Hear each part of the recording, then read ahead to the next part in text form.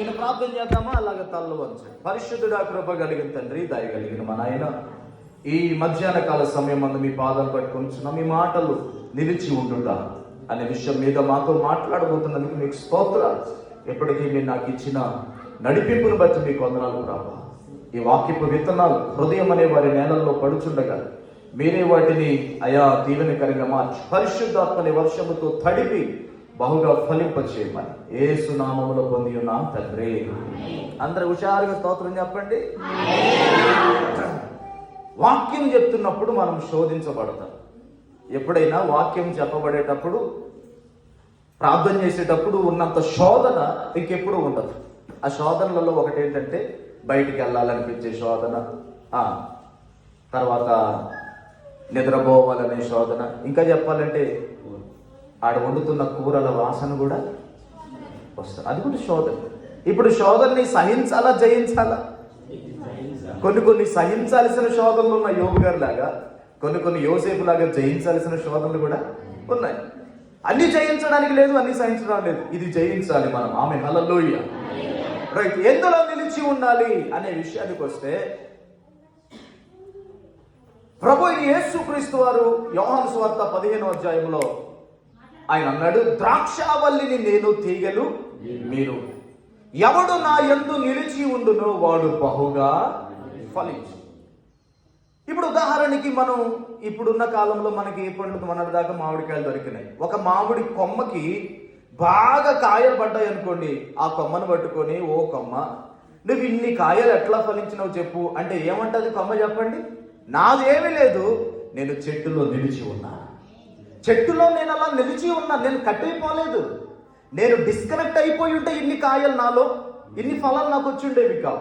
నేను కాండముతో నిలిచి ఉన్నాను, కాండము వేర్లతో నిలిచి ఉంది, తద్వారా ఈ కొమ్మలో ఇన్ని ఫలాలు కనబడుతున్నాయి. అలాగా ప్రభు అన్నాడు, ఎవడు నా యందు నిలిచి ఉండునో వాడు బహుగా ఫలించును. Praise the lord. ఒకటే సూత్రం క్రైస్తవ జీవితానికి, ఒకటే సూత్రం ఏంటంటే, నాకు వేరుగా ఉండి మీరు ఏమీ చేయలేరు. యేసుక్రీస్తుకు వేరైపోయి మనం ఏం చేయలేము. ఫిలిప్పీ పత్రికలు అంటాడు, నన్ను బలపరచు అని అంటే నేను సమస్తము. యేసు ప్రభు ఉంటే ఏమైనా చేయగలం, ఆయన లేకుండా ఏమి. అంటే మొత్తానికి మూలం, కేంద్రం ఎవరు చెప్పండి మన జీవితానికి?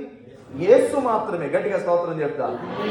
సో మనం యేసయ్యలో నిలబడాలి. ఈ సంవత్సరం అంతా కూడా ప్రభు మనలను కాపాడాడు, చక్కటి మందిరం ఇచ్చాడు, ఎన్నో ఆరాధనల్లో మనం ఎదిగాం, వాక్యములో ఎదిగాం, పరిశుద్ధతలో ఎదిగాం, నీతిలో ఎదిగాం, విశ్వాసములో ఎదిగాం. ప్రభుకి మనకున్న డిస్టెన్స్ అనేది ఇంకొంచెం దగ్గరగా అయిపోయింది. ప్రభుకి మనం సమీపంగా వచ్చాం. ఇంకా ప్రభుని గురించి వినాలని, నేర్చుకోవాలని, ఆయనతో జీవించాలని, నడవాలని ఆశలు మనలో కలుగుతున్నాయి. అయితే సైతానుడు ఎప్పుడు ఏం చేస్తుంటాడంటే, ప్రభు నుండి మనలను వేరు చేయాలని ప్రయత్నిస్తుంటాడు. సేవకులని ప్రభు నుండి వేరు చేయాలని ప్రయత్నిస్తుంటాడు. విశ్వాసులని ప్రభు నుండి వేరు చేయాలని ప్రయత్నిస్తుంటాడు. అందుకనే సాతాను ఆత్మేమో మనలను వెనక్కి గుంజితే, దేవుని ఆత్మ మనలను ముందుకు నెడతాడు. దేవుడు మనల్ని ప్రోత్సాహపరుస్తాడు. అయితే ఈ సంవత్సరములో, ఈ కృతజ్ఞత వార్షికోత్సవ కూడికలో మనం నేర్చుకుంటున్న పాఠం ఏంటంటే, మనము ప్రభువులో ఎప్పుడు నిలిచి ఉందము కాక. ఎప్పుడు కూడా ఆయన నుంచి మనం తొలగిపోకూడదు. అందుకని రోమీయులకు రాసిన పత్రికలు అంటే ఇప్పుడు చదవద్దు కానీ, కరువైన, ఖడ్గమైన, వస్త్రమైన, ఉపద్రవమైన, హింస అయినా, ఇంకా ఏదైనా క్రీస్తు ఎడల మనకున్న ప్రేమలోంచి మనల్ని ఏది ఎడబాపలేదు. Nothing can separate us from the love of Jesus Christ. యేసయ్యకు మనకు మధ్య ఉన్న బాండింగ్ ని ఏది దూరం చేయగలదు కానీ సైతానుడు ఒక్కడు దూరం చేయగలడు. కాబట్టి మనం ఏం చేయాలంటే, ప్రతిరోజు ప్రభుపై ఆధారపడి ప్రభువులో మనం నిలిచి ఉండాలి. ఆమె హల్లెలూయా.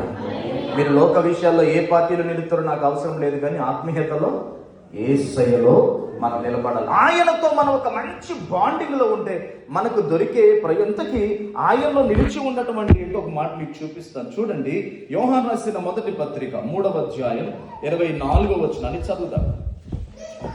క్రీస్తులో మనము స్థిరపడాలి, ఆయనలో మనం నిలిచి ఉండాలంటే, ఆయన ఆజ్ఞలను గైకొనువాడు ఆయన యందు నిలిచి ఉండును, ఆయన వాని యందు నిలబడు. హల్లెలూయా. దేవుల్లో యేసుక్రీస్తులో మనం నిలిచి ఉండటం అంటే అర్థం ఏంటి? ఆయన ఆజ్ఞలను చెప్పండి ఒకసారి అందరూ. ఆయన ఆజ్ఞలను వినాలా, గైకొనాలా? వినడం ముఖ్యం కాదు, గైకొనడం ముఖ్యం. చాలా మంది ఏం చేస్తారంటే వినటానికి వింటారు కానీ వాటిని పాటించరు. ఇది ఎలా ఉంటుందంటే మా ఊరి వంట ప్రోగ్రాం చూసి కడుపులో ఆకలి తీర్చుకున్నట్టు ఉంటుంది టీవీలో. మనం డైరెక్ట్గా తింటే మనకి ఏదైనా ప్రయోజనం. వంటల ప్రోగ్రాం చూసారే భలేగుంది కూర, భలేగుంది సాంబార్ అని చెప్పేసి మనం తృప్తి పడితే కడుపులో ఆకలి తీరదు. అట్లనే దేవుని వాక్యాన్ని కూడా మనం వింటే రాదు, మనం ఆజ్ఞలు తెలుసుకున్నంత మాత్రం సరిపోదు. ఆయన ఆజ్ఞలను గైకొనువాడు ఆయనలో ఎప్పుడు నిలబడి ఉంటాడు. అంటే మన మనసంతా కూడా ఈ సంవత్సరం ఒక తీర్మానం ఏంటంటే మనము ఏ విషయంలో కూడా దేవుని మాటను తృణీకరించకూడదు. ఆయన మాట ఎంత గొప్పదంటే కలుగును గాకంటే ఇంత ప్రపంచం కలిగింది. అలాంటి మాట కొంతమంది అంటారు దేవుడి అటు చూపి అంటారు. ఆయన వదిలిన ఆయన ఇచ్చిన గాలినే పీల్చుకుంటూ మళ్ళీ ఇది ఎంత అమాయకత్వం, ఎంత మూర్ఖత్వం కదా. ఆయన ఆజ్ఞలను మనం పాటించి ఈ రోజుల్లో క్రైస్తవ్యానికి ఉన్న పెద్ద బాధ ఏంటంటే ఆశీర్వాదాలే పట్టుకుని ఆలాడుతున్నారు కానీ ఆజ్ఞలతో సంబంధం లేదు. ఆశీర్వాదం ముఖ్యమా, ఆజ్ఞ ముఖ్యమా? మీరు చెప్పండి. ఆజ్ఞ ముఖ్యం అంటాం కానీ మనకు కావాల్సింది అదొక ఆశీర్వాదం, గోరలు బాగలు పట్టడం ప్రజలు. సో మనకు కావలసింది ఆజ్ఞలు. ఆశీర్వాదాల కంటే మించి కూడా ఆజ్ఞ. ఇటు చూడండి ఒకసారి. ఇప్పుడు పిల్లోడు అదే కిటికీ ఎక్కుతున్నాడు, వాళ్ళ అమ్మ లాగి కూర్చోబెట్టి కరెక్ట్గా కూర్చోరా అన్నారు. ఇప్పుడు ఇది ఆశీర్వాదమా, ఆజ్ఞ? మమ్మ నన్ను కిటికీ ఎక్కనేదు, మమ్మ నన్ను గాబ్కాడికి పోలేదు, మమ్మ నన్ను పొద్దున్నే లేపి స్కూల్కి పోవాలంటే ఇవన్నీ ఆజ్ఞలు. ఇవి లేకపోతే ఏమైతే తెలుసా, జీవితం దరిద్రంగా ఉంటుంది. మనం బాయికాడ అట్ట పోతేనే పడతారు అంటే మమ్మ చెప్పే మాట, మా నాన్న చెప్పే మాట నాకు నచ్చదు, నేను అట్లనే పోతాను పోయినాం అనుకో. ఆజ్ఞను పట్టించుకోకపోతే మన జీవితం పతనం అయిపోద్ది. ఆశీర్వాదం అనేది మనం సరిగ్గా బతికితే దేవుడే దాన్ని మనకు తెలియకపోయినా ఇస్తాడు. Praise the Lord. దేవుని ఆజ్ఞలను మనం పాటించాలి. ఏంటి ఆజ్ఞలు అంటే, ఒకటి ఆయన విధులు, కట్టడలు, శాసనాలు, న్యాయ విధులు అన్నిటితో పాటు ఈ సంవత్సరం మందిరపు ఆజ్ఞలను కూడా మనం పాటించాలి. కొంతమందికి ఇది మందిరం అనిపిస్తుంది, ఒక రెస్టారెంట్ అనిపిస్తుంది, ఇది హోటల్ లాంటిది. అంటే రెస్టారెంట్లోకి ఎప్పుడు పోతాం మనం చెప్పండి? ఎప్పుడైనా పోతాం అనండి ఒకసారి. మనం కాదు, చికెన్ కలిపి కలిసిపోయినాం. అది రెస్టారెంట్కి మనం ఎప్పుడు పోతాం?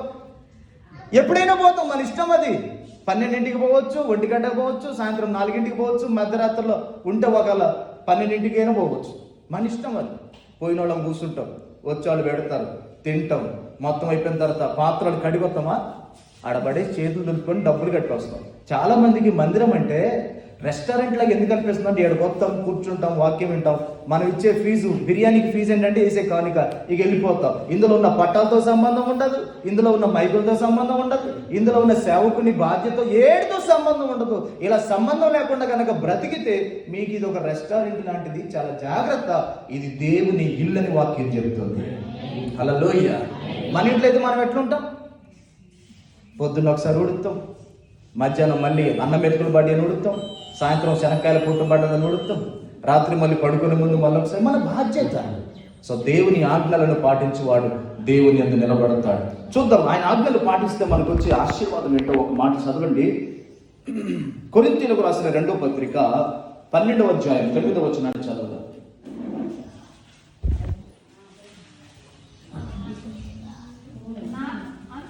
అందుకు నా కృప నీకు చాలును, బలహీనత యందు నా శక్తి పరిపూర్ణమవుతున్నదని చెప్పెను. కాగా క్రీస్తు శక్తి నా మీద నిలిచి ఉండు నిమిత్తము. గట్టిగా హల్లెలూయా చెప్దామా? హల్లెలూయా. తన చేతిలో రోగాలు, తన చూపుతో దయ్యాలు, అర్థం, తన చేతిలో రోగాలు నయమైపోయేను, తన చూపుతో దయ్యాలు విలవిలలాడెను, తన మాటతో ప్రకృతినే శాసించినవాడు, తన మాటతో ప్రకృతినే శాసించినవాడు, నీటిపై నీటిగా నడిచినవాడు, ఆశ్చర్యకరుడు.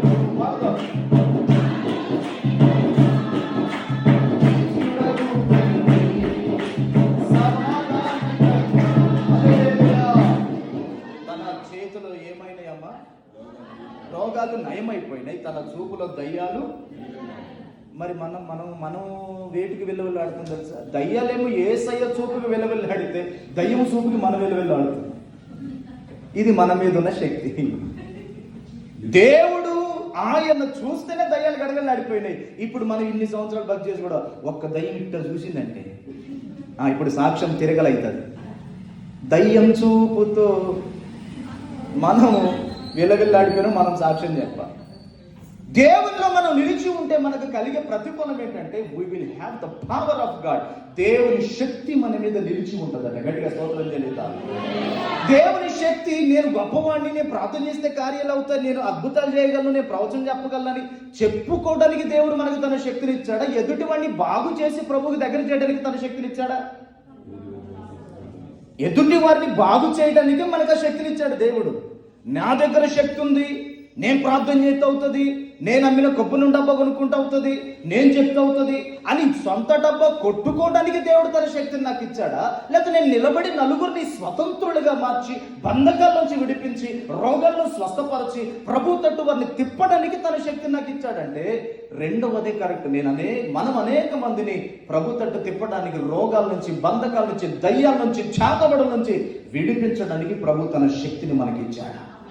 కానీ ఈ రోజుల్లో సాక్ష్యం ఏంటి తెలుసా? చాలా మంది అయ్యగారులు నేను ప్రార్థన చేస్తే, నేను చెప్తే, నేను ముట్టుకుంటే, నేను చేస్తే అనే సాక్ష్యాలు దేవుని శక్తిని స్వంత దాన్ని ఏమంటారంటే ప్రచారానికి, స్వార్థానికి వాడుకుంటున్నారు. అలాంటి వారి మీద దేవుని శక్తి నిలిచి ఉండదు. ఇక్కడున్న మనందరికీ ఈ సంవత్సర వార్షికోత్సవంలో నేర్చుకుంటున్న పాఠం ఏంటంటే దేవునిలో మనం స్థిరపడి ఉంటే మన మీదకి ఎవరి శక్తి వస్తుందమ్మా? యేసు శక్తి వస్తుంది. హల్లెలూయా. ఆయన వలె అద్భుతాలు మనం చేయగలం. నమ్మితే స్తోత్రం చెల్లిద్దాం. ఆయన వలె ఎక్స్ట్రాడినరీ మిరకల్స్ మనం చేయగలం. ఆయన మాట్లాడితే గొప్ప కార్యాలు జరిగాయి. నేను మొన్న ఒక చోట మీటింగ్లో ఉంటే ఒక పాస్టర్ గారు అన్నాడు కదా, పాస్టర్ గారండి మన పరిచర్యలలో తిమోతిని లేవట్లేదు ఏంది అన్నాడు. నేను అన్నాను, ముందు మనం పౌల్లాగా ఉంటే, ముందు మనం పౌల్లాగా లేకుండా తిమోతిలు ఎట్టొస్తారు? ముందు మనం పౌల్లాగా ఉందాం. యేసయ్యలాగా మన అద్భుతాలు. ఒక పాస్టర్ గారు అన్నాడట, ప్రభా నువ్వు చెప్తుంటే గంటలు గంటల వాక్యం అలా వినేశారు ప్రజలు, నేను చెప్తుంటే అర్ధ గంటకే అందరూ కూడా నీరసపడుతున్నారు, నీలా చెప్పడం నాకు నేర్పించు ప్రభు అంటే, ప్రభు అన్నాడట ముందు నాలా బతకడం నేర్చుకున్నాడట. హల్లెలూయా. సో దేవుని శక్తి మన మీద నిలబడుతుంది. ఈ గ్రామంలో మనల్ని ఎందుకు పెట్టిండో తెలుసా? అందరికి అడిగి పోయి మా పండగ వచ్చింది ఎంతకంత ఇవ్వండి పండగ చేసుకోవడానికి కాదు. వాళ్ళలో ఉన్న బంధకాలు అయ్యగారు కాదు, సంఘమే వెళ్ళి ప్రార్థన చేస్తే కార్యాలు జరుగునట్లుగా మన మీద దేవుడు తన శక్తిని పెట్టాడు. హల్లెలూయా. రెండవది, దేవుని శక్తి మన మీద ఉంటే ఏం జరుగుతుందో చూద్దాం. నా టైం అయిపోతుంది, త్వరగా. యోహాను రాసిన మొదటి పత్రిక, జాన్ ఫస్ట్ బుక్, 2వ అధ్యాయం 28వ వచనం చదువుదాం.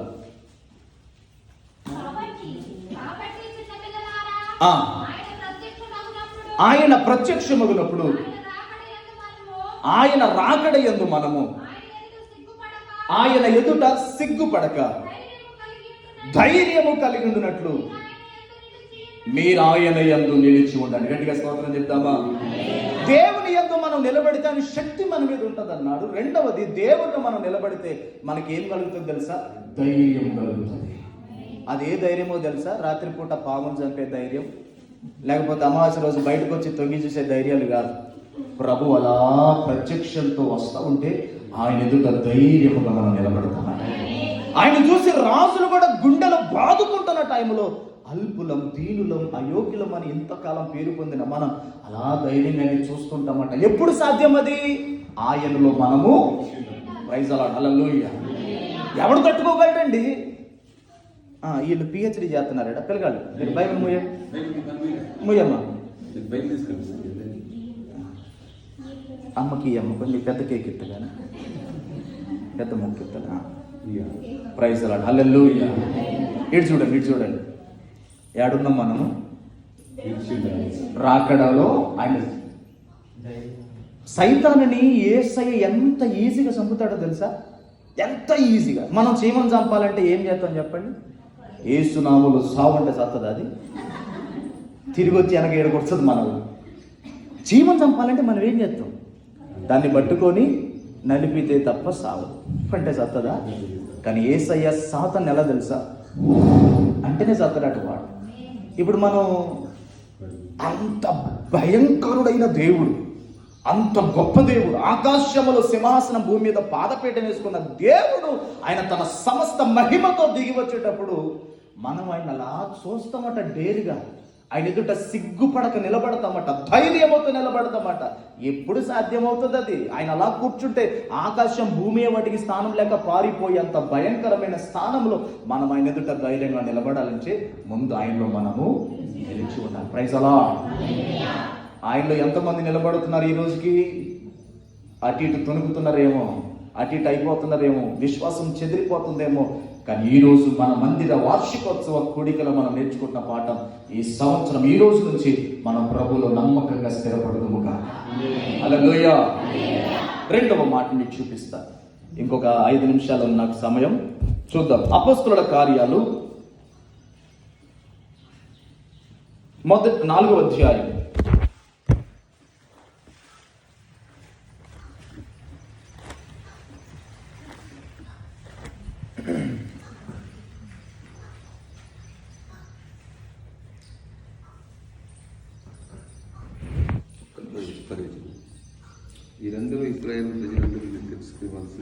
ఒక 3వ అధ్యాయంలోకి 3వ అధ్యాయం 1వ వచనం చదువుదాం. పగలు 3 గంటలకు ప్రార్థన కాలమున పేతురు యోహానులు దేవాలయమునకు ఎక్కి వెళ్ళుచుండగా పుట్టినది మొదలుకొని కుంటివాడైన ఒక మనుషుడు మోసుకొని పోబడుచుండెను.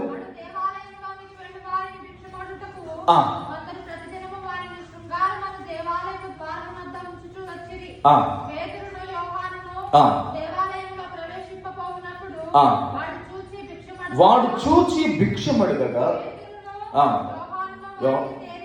తేరి చూచి చూడమని ఉంచెను. వెండి బంగారాలు నా యొద్ద లేవు గాని నాకు కలిగినదే నీకు ఇచ్చుచున్నాను. నజరేయుడైన యేసు క్రీస్తు నామమున నడుమని చెప్పి వాని కుడి చెయ్యి పట్టుకొని లేవనెత్తెను. వెంటనే వాని పాదములు చీలమండలు బలము పొందెను. వాడు దిక్కున లేచి నిలిచి నడిచెను. నడుచుచు గంతులు వేయుచు దేవుని స్తుతించుచు. హల్లెలూయా. అందరు చెప్పండి. మొదటిగా మనం ఎవరిలో నిలబడాలి? దేవుల్లో నిలబడాలి. మనం దేవుని నుంచి కట్టయిపోయి ఎన్ని పాటలు పాడినా, ఎన్ని ప్రసంగాలు విన్నా, ఎన్ని కానుకలు ఇచ్చినా, దేవునితో కరెక్ట్ సంబంధం మనకు లేకపోతే, కొన్ని చెట్లు కూడా చూడండి, మనం దాన్ని నరికినా కూడా 2-3 రోజులు బాగానే ఉంటుంది, పచ్చగా కదా. అది ఎప్పుడు వాడిపోతుంది అంటే 1 వారం పడుతుంది. కొన్ని ఎమ్మటి మొహం మాడుతాయి. అంటే చెట్లు నరకంలోనే ఎమ్మటి ఆకు వాడుతూనే ఉంటుంది మొహం మార్చినట్టు. కానీ కొన్ని చెట్లు నరికిన వారం రోజులు, 4-5 రోజులు, కలబంద లాంటి చెట్టు చూడండి, ఇరిచి పక్కన పడేసిన 3-4 రోజులు అది పచ్చగానే ఉంటుంది. కొంతమంది కూడా దేవునికి దూరం అయిపోయినా మేము బాగానే ఉన్నాం అనుకుంటారు, కానీ ఆ కొద్దిసేపు బాగుంటాం. కానీ పోతున్న కొద్దీ జీవం లేదు కనుక నిర్జీవ స్థితిలో కడతారు. కాబట్టి మనం ఈ సంఘములో బహుగా ఫలించే అద్భుతాలు చూడాలంటే దేవుని శక్తిలో, దేవుని యొక్క వాక్యంలో దేవుళ్ళు మనం నిలిచి ఉండాలి. రెండవదిగా ఇప్పుడు మనం చదివిన సందర్భం ఏమిటంటే, పేతురు యోహానులు శృంగారం అనే దేవాలయంలోనికి వారు 3 గంటలప్పుడు వెళ్తున్నారు. మధ్యాహ్నం వెళ్తా ఉండేసరికి ఒక భిక్షగాడు వారిని చూసి వారి దగ్గర ఏమైనా ఉంటుందేమో, దొరుకుతుందేమో అన్నట్టు భిక్షం అడిగాడు. అప్పుడు పేతురు యోహానులు ఏమన్నారంటే, నీవు ఆశించుతున్నట్టుగా వెండి బంగారాలు మా దగ్గర లేవు, మా దగ్గర ఉన్నదే నీకు ఇస్తున్నాం అని చెప్పేసి యేసుక్రీస్తు నామమున లేచి నడవమని చెప్పగానే అతడికి ఏం జరిగిందట? అతడు లేచి నిలబడెను. వెంటనే వాని పాదములు చీలమండలు బలము పొందెను.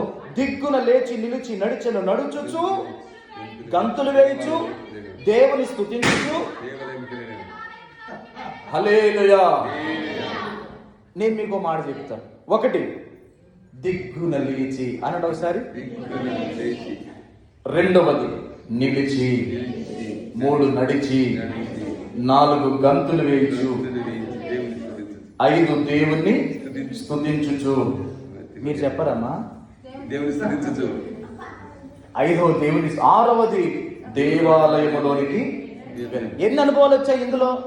ఒక్క స్వస్థతలో 6 అనుభవాలు. దిగ్గున లేవటం, నిలబడటం. అసలు లేవటమే ఎక్కువ అంటే నిలబడటం, నిలబడటమే ఎక్కువ అంటే నడిచిండు, నాటబడమే ఎక్కువ అంటే గంతులు వేశాడు. గంతులేయడం ఎక్కువ అంటే దేవుని స్తుతించే స్థాయికి వచ్చాడు. దేవుని స్తుతించడమే ఎక్కువరా బాబు బయట ఉందంటే దేవాలయంలోనికి కూడా వెళ్ళాడు. హల్లెలూయా. ఇప్పుడు 4:14 మనం చదివితే అపోస్తల కార్యాల్లో అక్కడ అద్భుతమైన మాట రాయబడింది. స్వస్థత పొందిన ఆ మనుష్యుడు వారితో కూడా, అంటే పేతురు యోహానులతో కూడా నిలిచి ఉండుట చూచి ఏమియో ఎదురు చెప్పలేకపోయారు. గట్టిగా చప్పలు కొట్టి దేవుని స్తుతిద్దామా? గట్టిగా గట్టిగా హల్లెలూయా. ఏందమ్మా 7వ అనుభవం? దిగ్గున లేచి నిలిచి నడిచి గంతులు వేసి దేవాలయంలోకి వెళ్ళి దేవుని స్తుతించి ఇన్ని గొప్ప 6 అనుభవాల తర్వాత ఈ స్వస్థత పొందిన కుంటి భిక్షగాడైన వ్యక్తి పేతురు యోహానులతో పాటు నిలబడ్డాడట వారితో. అంటే ఎవరితో నిలబడాలి తెలుసా? ఒకటి దేవునితో నిలబడాలి, రెండవది మనం బలహీనులమై ఉన్నప్పుడు, మనం పాపములో ఉన్నప్పుడు, మనము శాపములలో ఉన్నప్పుడు పేతురు యోహానులు కుంటివాడైన భిక్షగాడి దగ్గరికి వెళ్ళినట్లుగా, ఆమెను కలుసుకున్నట్లుగా సేవకులు మన దగ్గరికి వచ్చారు. వాళ్ళు మనకి చెప్పిన వాక్యం ఆదరణ మాటలు, స్వస్థతలు, అద్భుతాలను బట్టి మనము దిగ్గున లేచాం. లేచిన స్థితి నుంచి నిలబడే స్థితికి వచ్చాం. నిలబడే స్థితి నుంచి నడిచే స్థితికి వచ్చాం. నడిచే స్థితి నుంచి గంతులు వేసే స్థితికి వచ్చాం. గంతులు వేసే స్థితి నుంచి స్తుతించే స్థితికి వెళ్ళిపోయాం. అక్కడ నుంచి దేవుని మందిరములోనికి ఈరోజు ఇక్కడ వచ్చి కూర్చున్నాం. ఈ తర్వాత స్థితి ఏంటంటే ఆ భిక్షగాడు పేతురు యోహానులతో పాటు నిలబడినట్లుగా సద్దుకైలు, శాస్త్రులు, పరిసయ్యుల ముందు ఒక భయంకరమైన పోరాటం, అపోజిషన్, వ్యతిరేకత అక్కడ పేతురు యోహానులకు ఉందని తెలిసినా కూడా 7వ అనుభవం ఏంటంటే అతడు సేవకులతో నిలబడ్డాడు. సేవకులతో నిలిచి ఉన్నాడు. గట్టిగా స్తోత్రం చెల్లిద్దాం. ఇప్పుడు మనం కూడా ఎవరితో నిలబడాలి? సేవకులతో నిలబడాలి. కానీ ఈ రోజులో ఏం జరుగుతుంది?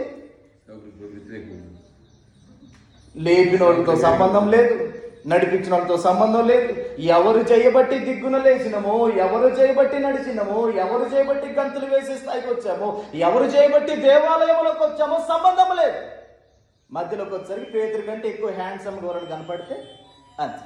యోహాను కంటే ఎవరైనా బాగా డిగ్నిఫైడ్గా కనబడితే అయ్యా కొంచెం ఎవరితో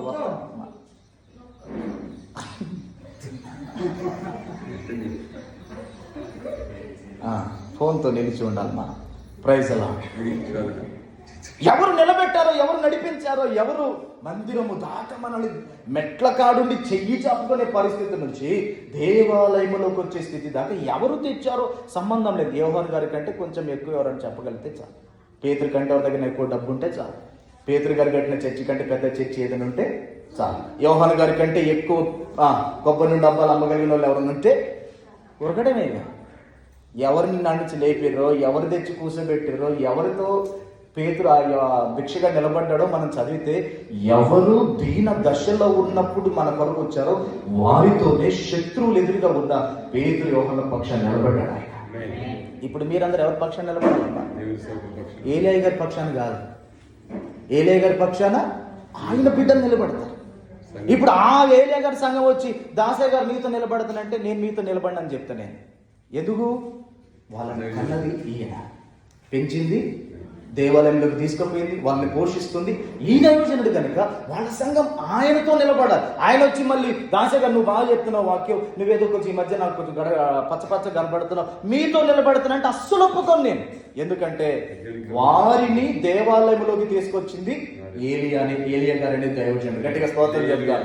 ఇప్పుడు గోండ్రాల్లో ఉన్న సంఘము ఎప్పుడో నేను వెళ్ళి 4 మాటలు చెప్పగాని దాసయ్య గారు కొంచెం వాక్యం మంచి మమ్మల్ని బలపరిచినని ఎమ్మటే కొండపల్లి ఆటో కట్టుకుని వస్తున్నాను నేను ఊకుంటానా? మధ్యలో ఒకటి ఫోన్ చేసి ఆటో పంచర్ చేయమని చెప్తా. ఎందుకు రాకూడదు? క్రమం కాదు అది. ఏ తండ్రి ఏడ్చాడో, ఏ తండ్రి మూలుగు లేడాడో, ఏ తండ్రి వారి కోసం బాధ్యత పుచ్చుకున్నాడో, ఎవరు వారి కోసం ఉపాసనలు నేర్చాడో, ఎవరు వారి కొరకు ఉపదేశాన్ని ప్రకటించారో, ఎవరు వారి కొరకు కన్నీరు కార్చారో, ఎవరు వారి కొరకు ప్రయాసపడ్డారో వాళ్ళతోనే వాళ్ళ విశ్వాసం నిలబడాలి. హల్లెలూయా. ఈ రోజులు ఏమైతుందో తెలుసా? విశ్వాసాలు కూడా ఎడుకొచ్చి మైకు సొట్టుపోయినా, డ్రమ్ము చినిగినా, కాంగో బగిలినా అవి పట్టించుకొని దానికి రూపయ్యారు. కానీ ఇంకో చర్చి కాడికి 10,000 ఇచ్చి ఉంటారు. ఇంకో చర్చ్ అంటే మెగా చర్చెస్ ఉన్నాయి పెద్ద పెద్దవి, ఆడికి పోయి ఈజీగా 10,000 ఇస్తారు. కానీ ఈడ డ్రమ్ము చినిగినా పట్టించుకో. ఇంకోటి చెప్పాలంటే కొంతమంది ఏం చేస్తారంటే కన్న సేవకుడికి దశభాగం అంతా ఎటు పంపిస్తారు, ఇంకేటో పంపిస్తారు. ఆ మాటకు అర్థమేంటో తెలుసా? ఒకరి కష్టం మీద ఇంకొకరు బతికినట్టు తెలుసా మీకు? ఒకళ్ళ కోసం ఒక సేవకుడు తిప్పలు పడితే వారికి ఇవ్వాలి జీతం. ఈ ఎద్దుతో మనం పొలం దున్నించుకొని ఇంకో ఎద్దుకు మేత తీసి అలాగా ఒకరి కష్టం మీద ఒకళ్ళు బతికినట్టు ఉంటుంది. ఈరోజు నేను మీకు మాట చెప్తాను, ముందే చెప్పాను, దేవుళ్ళు నిలబట్టబట్టే ఆయన ఆజ్ఞలు పాటించడమే. హల్లెలూయా. సేవకులకు నిలబడాలి. మధ్యలో బొచ్చడు ప్రలోభాలతో వింటారా అమ్మా? దేవుడు పిలిస్తే వచ్చిన సేవకి దేవుడు చెప్పమని చెప్తున్నావు, లోబడితే మీరు దీవించబడతారు. టాబ్లెట్ కొంచెం సేదుగా ఉంది కానీ వేసుకోండి, రోగం పోయింది. హల్లెలూయా.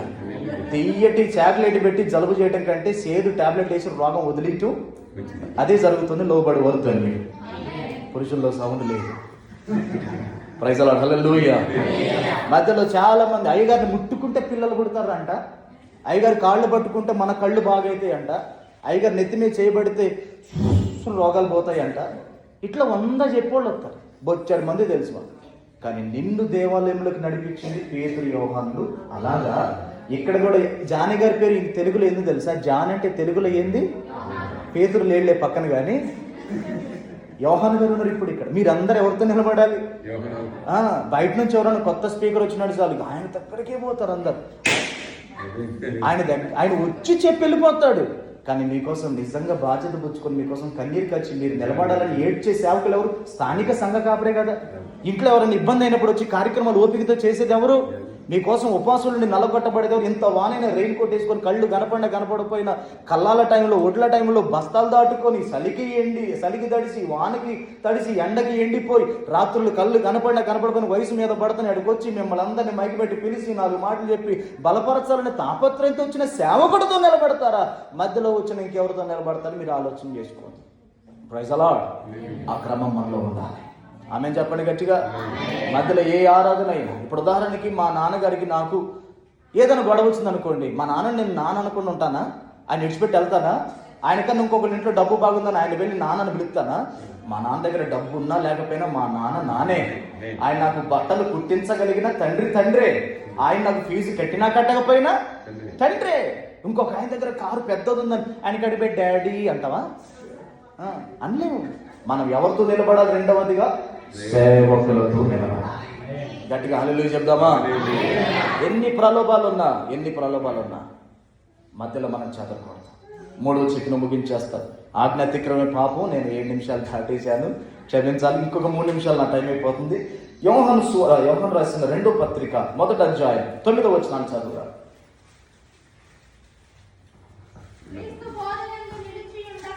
క్రీస్తు బోధ యందు నిలిచి ఉండక దానిని విడిచి ముందుకు సాగు ప్రతి వాడును దేవునిని అంగీకరింపని వాడు ఆ బోధ యందు నిలిచి ఉండేవాడు. హల్లెలూయా. మొదటిగా మనం ఎందులో నిలబడాలమ్మా? దేవుల్లో నిలబడాలి. రెండవదిగా మనల్ని ఏ సేవకుడు లోయలో అంటే దశలో ఉన్నప్పుడు జ్ఞాపకం చేసుకొని వచ్చి మనల్ని లేపాడో ఆ సేవకునితో మనం నిలబడాలి. ఎన్ని వచ్చినా, ఎన్ని ప్రలోభాలు వచ్చినా, ఎన్ని ఆఫర్స్ వచ్చినా, ఎంతమంది ఎన్ని చెప్పినా మా తండ్రే, ఆయన్ని దాటి మేమేం చేయలేము అనే స్థాయికి మనం ఎదుగుతాము కాక. మూడవదిగా చూడండి, మనం క్రీస్తు బోధలో నిలబడాలి. 1 క్రీస్తుతో నిలబడాలి, 2 క్రీస్తు సేవకులతో నిలబడాలి, 3 క్రీస్తు బోధలో నిలబడాలి. ఈ రోజులో ప్రాబ్లం ఏంటంటే బోధలో నిలబట్టలేదు, ఉపదేశంలో నిలబట్టలేదు, క్రమాల్లో నిలబట్టలేదు. కానీ సంవత్సరం నుంచి మన సంఘం బోధలో నిలబడుతుము కాక. అంటే ఇక్కడికి వచ్చిన సేవకుడు మీకు ఏ వాక్యం చెప్పాలో దేవుడు, నేను చెప్పాను కదా, నేను ఫ్లైఓవర్ ఎక్కుతుంటే దేవుడు నాకు ఆలోచన తలంపు పెట్టాడు. అలాగా మీ ఆత్మల జీవం కోసం మీకు ఏ వాక్యం చెప్తే మీరు బాగుంటారో దేవునికి తెలిసి ఆ విషయాలు మాకు నడిపించినప్పుడు అవి మీకు చెప్తారు. వాటిలో మీరు కట్టబడితే మీరు ధన్యులు అవుతారు. కానీ ఈ రోజున బోధలు కూడా రకరకాలైన బోధలు వచ్చాయి. ఒకళ్ళు స్వస్థతలు ఉన్నాయంటే ఇట్లా ఏమంటమే మీరు చెప్పండి. ఇట్లే ఒకళ్ళు వరాలు ఉన్నాయంటే ఇంకొకళ్ళు లేవండి. ఒకళ్ళు పరిశుద్ధాత్ముడు ఉన్నాడు అంటే, ఒకళ్ళు ఉపవాస కూటం ఉందంటే, ఒకళ్ళు బలారాధన పగలు తీసుకోవాలంటే, ఇంకొకళ్ళు రాత్రులు తీసుకోవాలంటారు. ఒకళ్ళు వాయిద్యాలు వాయించవచ్చు అంటే ఇంకోళ్ళు వాయించవచ్చు. ఒకళ్ళు హల్లెలూయా చెప్పొచ్చు అంటే ఒకళ్ళు చెప్పొద్దు అంటారు. ఒకళ్ళు కానుకలు ఇవ్వచ్చు అంటే ఒకళ్ళు. ఇట్లా చూడండి, బొచ్చడు బోధలు ఉన్నాయి.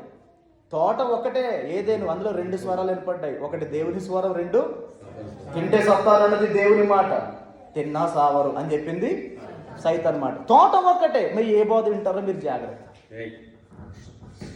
నిన్నటి రోజు కోదాడలో పీడి సుందరవాడితో పెద్ద ఫైట్ జరిగింది నాకు ఆయనకి.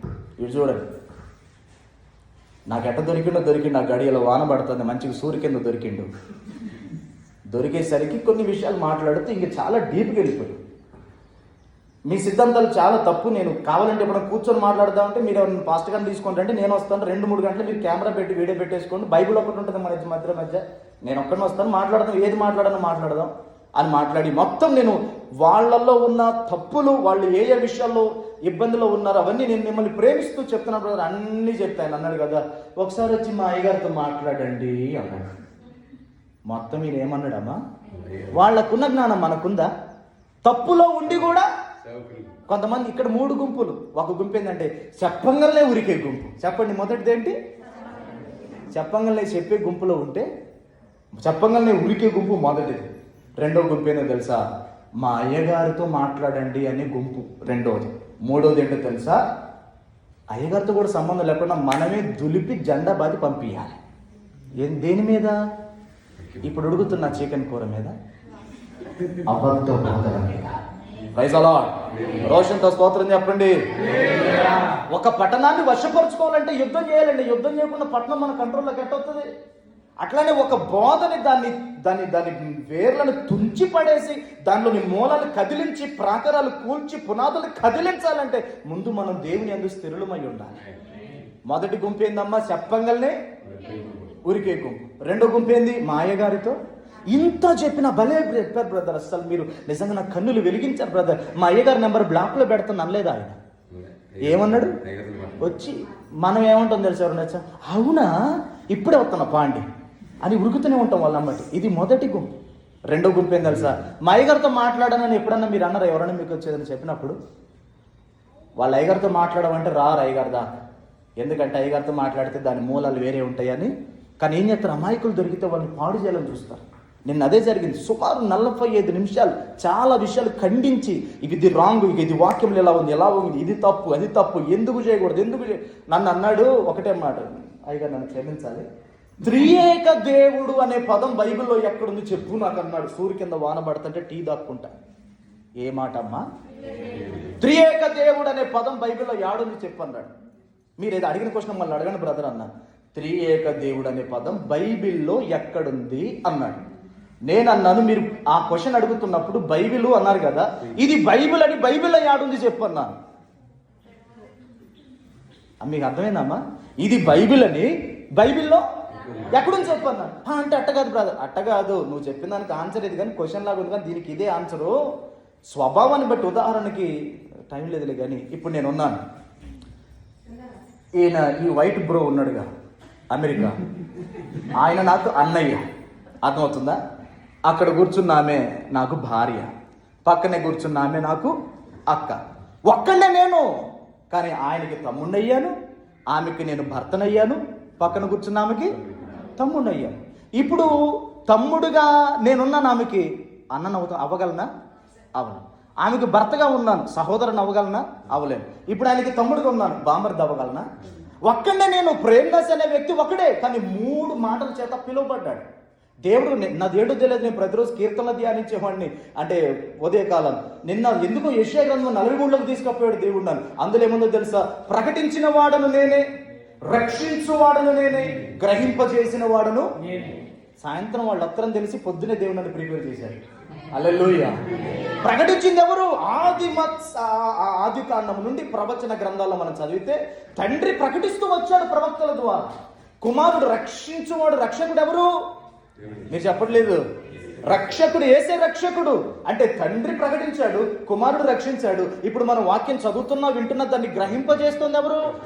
అంటే ఈ ముగ్గురు నేనే అన్నాడంటే ముగ్గురు వేరు కాదు, ఒకడే ముగ్గురు అయినప్పుడు ముగ్గురిని కలిసి ఒక పదంలో పెరగడం తప్పే ఉంది అన్నారు. ఇక ఏమి లేదు, మా అయ్యగారితో మాట్లాడు మొత్తం విని ఎంత గుడ్డిగా ఉన్నారంటే. ఈరోజు నేను ముగిస్తున్నాను. మన 3వదిగా బోధలో నిలబడి ఉండాలి. హల్లెలూయా. రకరకాల బోధలు వచ్చి పడ్డాయి. ఒకనాడు యెరూషలేమును చూసి యేసయ్య ఏడ్చినట్లుగా సంఘాలను చూసి సేవకులు ఎంత ఏడుస్తున్నారో తెలుసా? చెప్పిన మాట వెనక సులభంగా తప్పుడు బోధల్లోకి వెళ్ళిపోయి. నేను అన్నాను ఒకసారి వచ్చి మా అయ్యగారితో మాట్లాడు, మీ అయ్యగారితో మాట్లాడాల్సిన నాకేం లేదు, మా గొర్రెల్ని టచ్ చేస్తే మాత్రం నేను ఊకొని అన్నాను. Praise Lord. మా మందని మాత్రం చెదరగొట్టే ప్రయత్నం చేస్తే నా సులుకోను. నేను ఖచ్చితంగా మాట్లాడతాను, రియాక్ట్ అవుతాను. ఒకవేళ నేను చెప్తున్న దాంట్లో తప్పేం ఉందని చెప్పండి, నేను వస్తాను, మాట్లాడదాం, డిబేట్ పెట్టేద్దాం అన్నాను. ఇక ఏం లేదు, మా అయ్యగారితో మాట్లాడు, మొత్తం వింటాడు.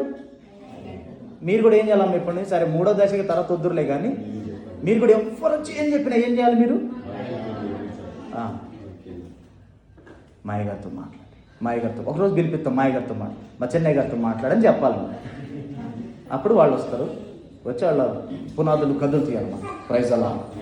ఎందుకింత రోషంగా పౌరుషంగా కొంచెం గర్వంగా అనిపిస్తుంది కదా మీకు? ఎందుకు చెప్తున్నానంటే తప్పుడు సిద్ధాంతాలు. నానా హీరో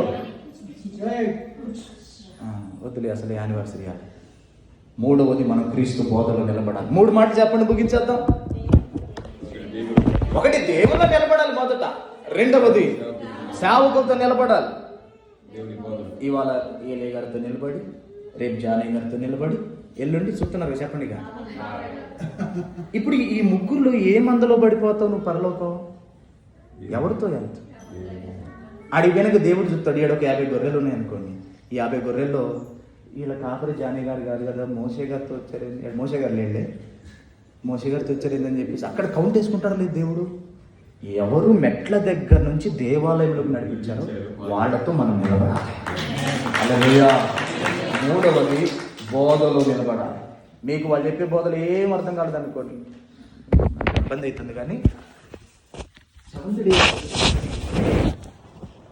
శనివారం ఆరాధికులు ఒకసారి కోదళ్ళు మన విశ్వాసాన్ని డిస్టర్బ్ చేస్తారు. కొబ్బరి బాండలు కొడతారు ఆయన. మన విషయాలు వస్తానని రాలేదు. ఎక్కడికి ఫోన్ చేసి హైగరితో మాట్లాడకపోతే నేను అప్పుడు శాంతినగర్ దాటి కోదడే పోతాను. అమ్మ నేను ఆడికే వస్తున్నా, 5 నిమిషాలు ఆడి ఉన్నట్టు ఫోన్ ఆయనకి ఇచ్చి వస్తానని చెప్పండి, ఏం పర్వాలేదు. బస్ స్టాండ్లో దొరికింది ఒకసారి. బస్ స్టాండ్లోనే నేను గొడవ వేసుకున్నాను. వాళ్ళ సిద్ధాంతం నేను ఎవరికి వ్యతిరేకంగా, సిద్ధాంతానికి మాత్రం ఖచ్చితంగా వ్యతిరేకంగా, ఖచ్చితంగా ఖండిస్తాను. తర్వాత క్రీస్తు సంఘానికి వచ్చిన బోధలు కొన్ని అక్కడ కొండపల్లి ఏరియాలో హల్చల్ చేస్తుంటే వాళ్ళ మీద నేను పాలే నియోజకవర్గ గ్రూపులన్నీ గొడవ పడ్డాను వాళ్ళ మీద. ఒక్కడనే, మళ్ళీ ఎవరు నాకు సపోర్ట్ చేయరు. నేను ఇదంతా నేనని చెప్పుకోవడానికి కాదు, ఏ బోధ మీకు వినపడ్డా మా అయ్యగారితో మాట్లాడాను అనండి. ఒకసారి మా అయ్యగారితో మాట్లాడండి అని అనండి ఒకసారి, కొంచెం గట్టిగా. క్యాలెండర్ మీద నెంబర్ ఉంది కదా, ఆ పని చేయండి. మీరు సులభంగా పనిస్తే అలా పరిగెత్తుకుని వెళ్ళిపోయారనుకోండి, మన దేవుళ్ళు నిలబడలేరు. ఈ 3 విషయాల్లో ఈ మందిర వార్షికోత్సవంలో మీరు నిలబడాలని, స్థిరపడాలని ప్రేమతో ఆశిస్తూ సమయం కొంచెం దాటించేసాను. సేవకులను మన్నించాలని కోరుతూ ఈ మాట ముగిస్తున్నారు. దేవుడు మన ఇంటికి వెళ్ళి మాటలు తీర్చునుగా. చిన్న ప్రార్థన వదిలే తప్పని కళ్ళు చూసుకోండి. చిన్న ప్రార్థన మన ఇంట్లో పెళ్లికి మనం కాంటిస్తున్నాం. కళ్ళు పరిశుద్ధురా కృప కలిగింది. ఈ 3 మాటలు అయ్యా బిడ్డల జీవితాలు స్థిరపడాలి, మీలో నిలబడాలి, మీ సేవకులతో నిలబడాలి, మీ బోధలో నిలబడాలి అనే మాటను మాత్రం మాట్లాడాలి. స్థిరపరిచి సంఘాన్ని బలపరిచినందుకు వందనాలు చెల్లిస్తాం. యేసు నామములో అడుగుచున్నాం తండ్రి.